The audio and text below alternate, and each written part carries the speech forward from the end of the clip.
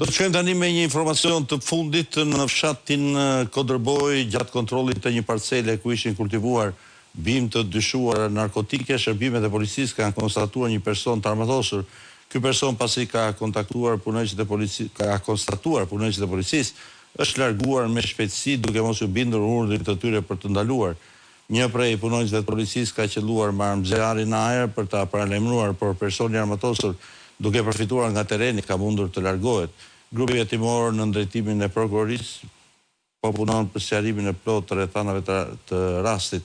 Ndërkohë, për më shumë informacion do të lidhemi me gazetarin tonë atje Denis Bayraktari. Denis, të përshëndes.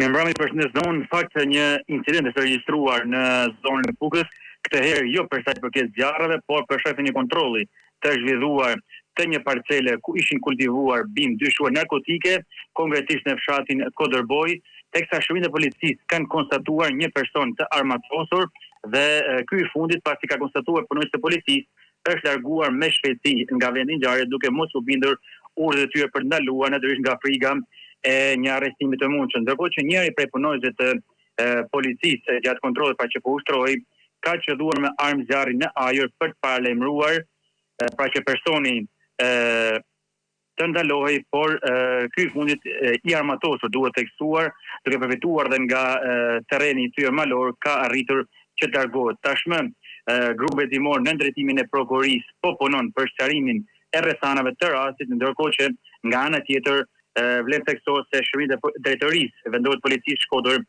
dhe komisariatit të policisë Pukë dhe forcët kombëtare të sigurisë bëjnë kontroll në zonë për kapjen e personit pra të konstatuar në parcelën ku ishin kultivuar bimë dyshuar narkotike. Duhet tekstuar se Puka është një nga zonat që ushtrohen kontrollet të shpeshta për sa i përket pra kultivimit të bimëve të ndryshme narkotike dhe një aksion i tillë është regjistruar edhe gjatë mbrëmjes së sotme ku është konstatuar pra një person i armatosur dhe po vjen puna për